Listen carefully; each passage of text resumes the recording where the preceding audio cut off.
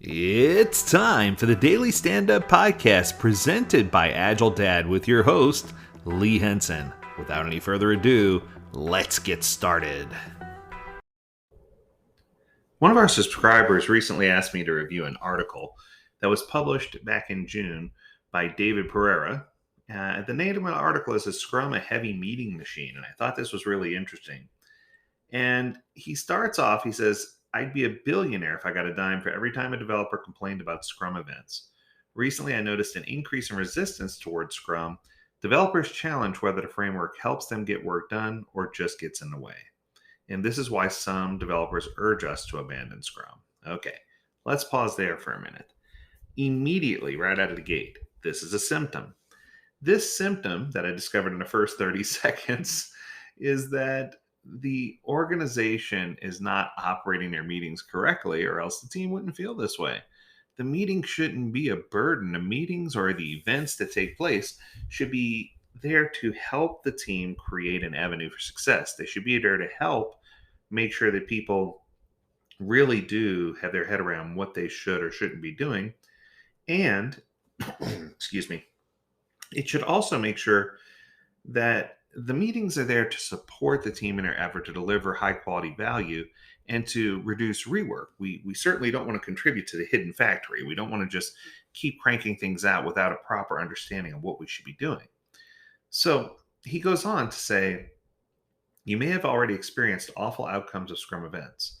And he gives some examples. He says team members leave sprint planning with a huge burden to carry during the sprints. And the entire time, all they feel is pressure to get all that work done because people are over allocating them, right? It makes sense. Refinement sessions exhaust everyone and they feel lost after the exchange, that they feel like their voice wasn't heard, or that they know less or the same amount as they did when they walked in. I hear that one a lot. Stakeholders just could care less about sprint reviews, or teams leave they leave the event very disappointed, feeling like they wasted all that time because they find out at that meeting that it didn't meet the needs of the stakeholders, or retrospectives become a mechanical thing that the same questions are asked every time, nothing changes. They feel like they're trapped. The team becomes powerless. It's just a review of everything that went wrong.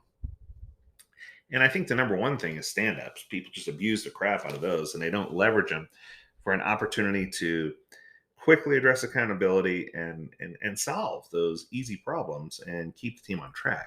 So the question becomes, why would I, as a frontline worker, whether it's a developer, whether it's an engineer, why do I want to attend all these pointless meetings? And how do they help me get my work done? How if things are going south and your meetings really are this bad, then I kind of agree with what they're saying. You need to find ways to streamline these meetings and figure out ways to get developers and other people who are working on your front line to see value in what you're doing. So when developers simply see no value in the events, they're going to start finding excuses to skip the events, come late, and it just feels like it shouldn't be that way. So what are some tips? So let's go through each of the meetings real quick, and I'll give you a couple of tips that are going to help you understand from a perspective of what should be happening, what shouldn't be happening, and where you could go with this. Now, I'm doing this from a perspective of a frontline worker. Let's start with sprint planning. So by the time developers or by the time workers reach sprint planning, this work should be well defined, it should be refined, it should have went through a grooming session, it should have went through a quick release planning session, it should be t-shirt sized.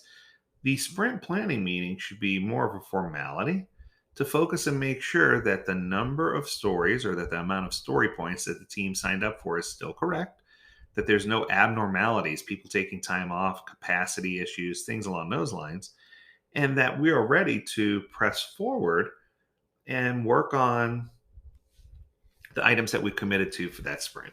This should be a 30 to 40 minute meeting max, just a quick review of the items, answering any last minute questions. Everybody signs up for one item they want to start on and go team. I mean, this should be really a formality of kicking off a 2-week sprint. Now, if you're going to have longer than 2 weeks, obviously it'll go a little longer, but the average sprint planning meeting lasts 30 to 40 minutes, and it's a focus on making sure that we signed up for the right work for that sprint and take the desired outcome is to take the pressure off of the team. What I tell teams most often, my advice is to figure out exactly how much work you can do and then take one backlog item out, take one story out. That way, your velocity still remains somewhat consistent, but at the same time, you're always finishing everything you commit to, and you're often pulling in one additional item as opposed to being that team that never finishes what you commit to and having leaders and others feel like you're unreliable. So that's my take on sprint planning. With the daily stand up, 30 seconds per person, not to exceed 15 minutes. No one should be asking questions. It's not an interview. You want to make sure that at the daily scrum or the daily stand up, that people understand that this is just a focus on reaching our goal, that we are talking towards reaching the sprint goal. It shouldn't be people pulling everyone in different directions. It shouldn't be a review of a Jira board. It shouldn't be a review of any other tools.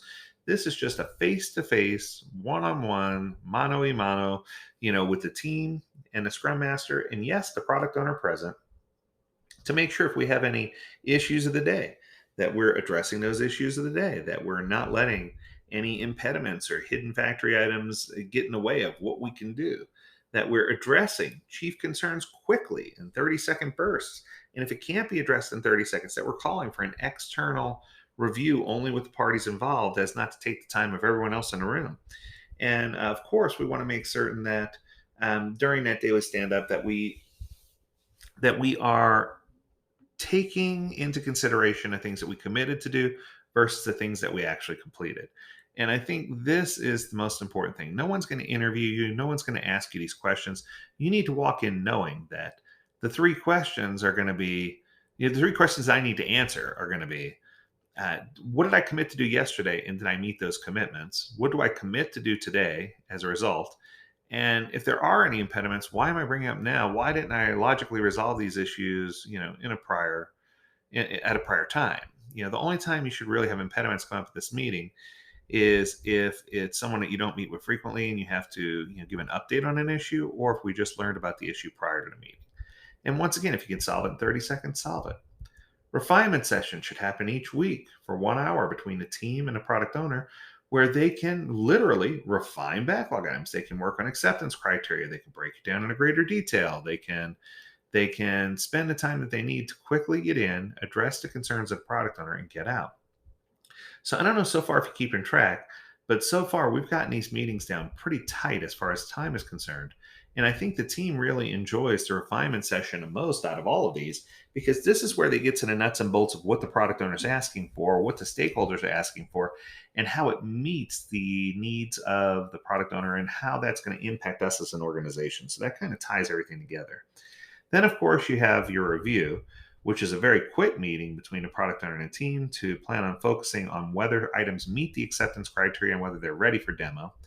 And then we plan how we're going to execute our demo for stakeholders that's coming up. That meeting should be no longer than 30 minutes for a 2-week sprint. Then you're going to have your actual demo. And remember, the demo isn't to show each and every single thing that you built. The demo is to focus on the highlights of what you did and how you work towards meeting your goal with the stakeholders, and to address any questions or concerns that they have, and to learn about what their desires are so we can make sure we're pushing in the right direction. And then you finally, after your demo, you're going to have your retro, and a demo should never last more than an hour, by the way. And then you have your retro. Now, the retro is interesting because I've heard so many people argue over what went well, what didn't go well, what can we improve. And while those are great questions, I think that we need to dig a little deeper in this, and we need to make sure that we understand, what were the events that happened in our sprint that caused us to either be successful or not be successful. What can we observe about the flow of those events? What led or contributed to individual success as well as team success?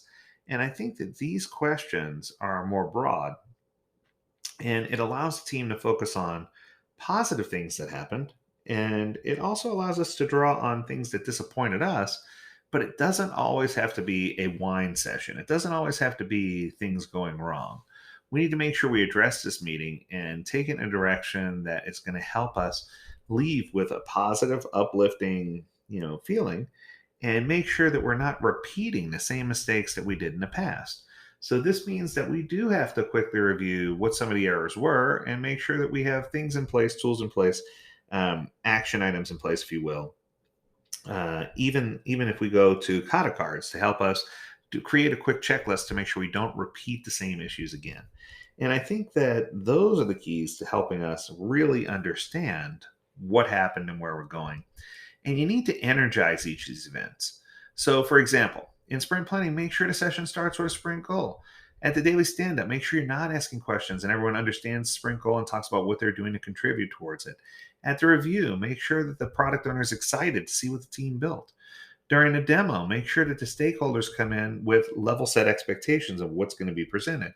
At the retrospective, make sure the team understands that they're evaluating their working agreement and that they're talking about how they can work better together towards a common goal. And in refinement sessions, make sure they understand that even though it's 1 hour with the product owner, this could be the most valuable hour of their week, that they need to understand what the expectations are and come in with a clear head. So if you ever hear your team complaining about Scrum being a heavy meeting machine, the truth is don't try to deny their reality. Try to optimize the meetings because your actions will speak way louder than words. That's going to do it, David. Excellent article. I love it. If you have a question about Agile meetings, go download the Agile Meetings Playbook on the Agile Dad download site. So agiledad.com/downloads, and then it's the Agile Meetings Playbook. It's right there. That's a great guide, and it helps you see what everyone should be doing before the meeting, during the meeting, after the meeting.